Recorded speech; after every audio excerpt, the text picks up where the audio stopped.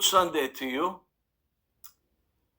This video is about a man I got to know over 25 years ago, maybe even more. I call my best friend, and he's been my best friend in every sense of the word for over that period of time. As a matter of fact, most of the times he was my only best friend, aside, of course, my wife of almost 39 years who stuck with me. But this is about Michael Joseph, known as Cigar Mike back in the day when he used to chew on a cigar. Of course, I've been smoking cigars for over 25 years. Could never chew on one.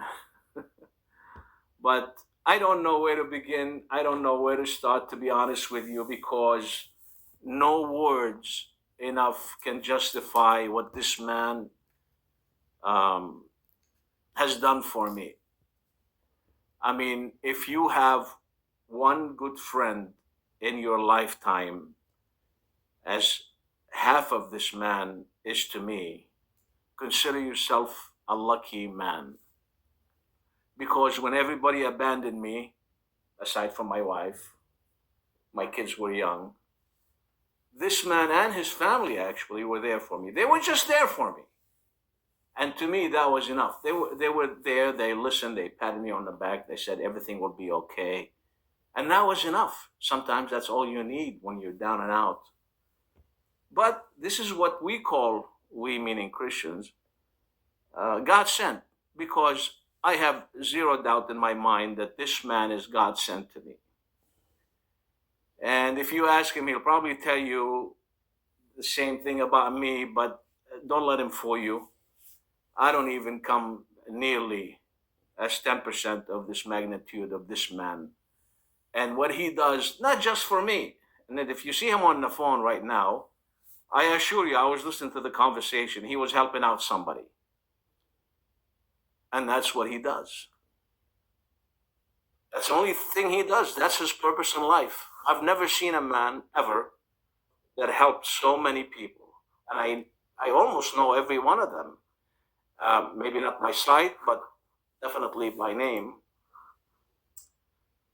And I think I'm going to use this. I've been wanted to do Galatians 6:7 for the longest time. And I don't know, I get discouraged from doing videos because I hardly ever get any reaction, whether it's likes or people sharing the videos and subscribing. But that doesn't stop me. You know, the verse is Galatians 6:7, do not be deceived. God is not mocked. For whatever one sows, that will he also reap. And this is a message for all the Christians especially. They're afraid of the word works, like good works. They get scared, especially the Protestants.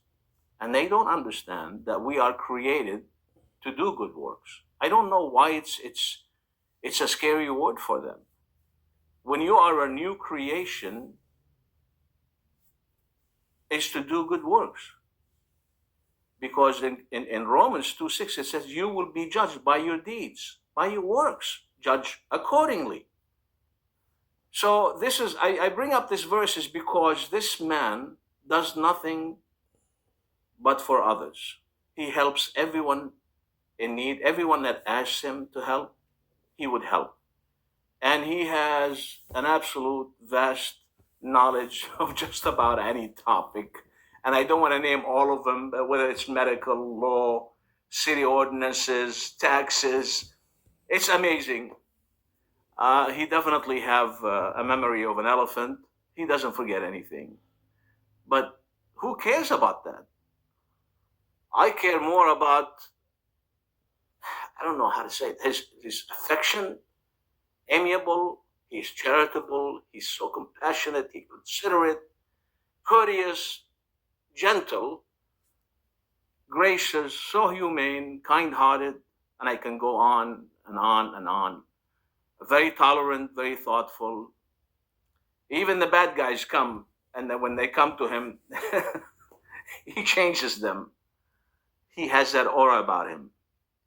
He has that personality that I've never seen anything like it. And he's somewhat my mentor. I have it made any decision the past 25 years that was really important to me without consulting with him. He's very accessible, advantageous, applicable, conductive, constructive, so convenient, cooperative, very essential to me, and the most favorable and most important and invaluable person I've met in the past 25 years. I don't think we've ever even got upset with each other. That's, to me, that is unbelievable. I can't remember one time I was upset with him. And I think it's the same, and if he was, he didn't show it, which adds to his character, to be honest with you. He's very thoughtful, extremely warm, always concerned, enamored, always respecting to other people, very tender. I mean, I can go on and on. I don't want to be a wise guy. This thing twisted here. Hold on a second. Yeah, anyway, sorry about that technical difficulty, but I didn't want to go on and on.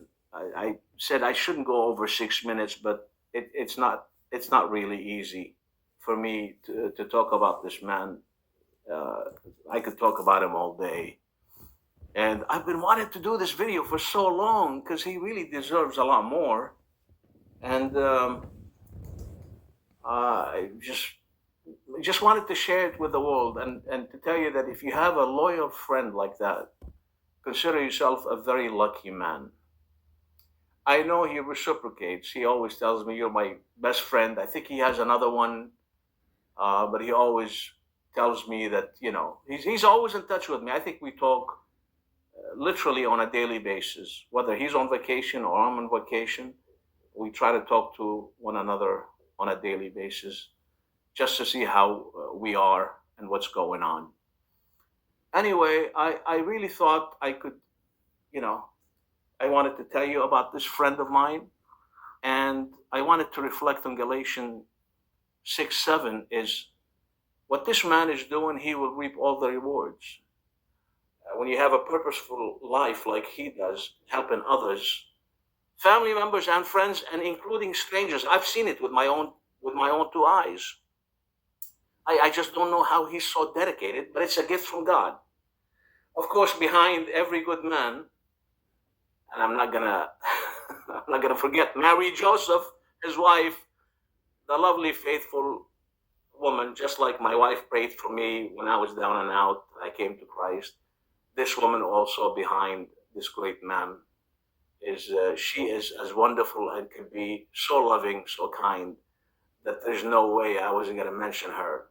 So this couple to me is God sent for sure. And I love them for their faith in Christ, in God, and the way they live. But that verse, and I'm going to repeat it and talk about it a little bit more, is when it says, "Do not be deceived. God is not mocked, for whatever one sows, that will he also reap." So the question is, the prologue of this verse, which is, "Do not be deceived." You're either deceiving yourself or someone is deceiving you. And we know many people are delusional. So the message in the beginning tells you, don't be deceived, because God will not be mocked. If you deceive yourself or somebody deceives you into not doing the good work, being selfish, you're mocking God. And that's the beginning of that passage. Okay? Now, you don't gain salvation by doing good work. It's the reflection of your strong faith in God that reflects to love God with all your heart, mind, and soul, and to love your brother or your neighbor as you love yourself, or actually as Christ loved us. So anyway, this is Michael Joseph, my best friend for so many years, and I hope he has a long life to live and stay healthy for a long time, you and your lovely Mary Joseph. God bless you both, and I love you.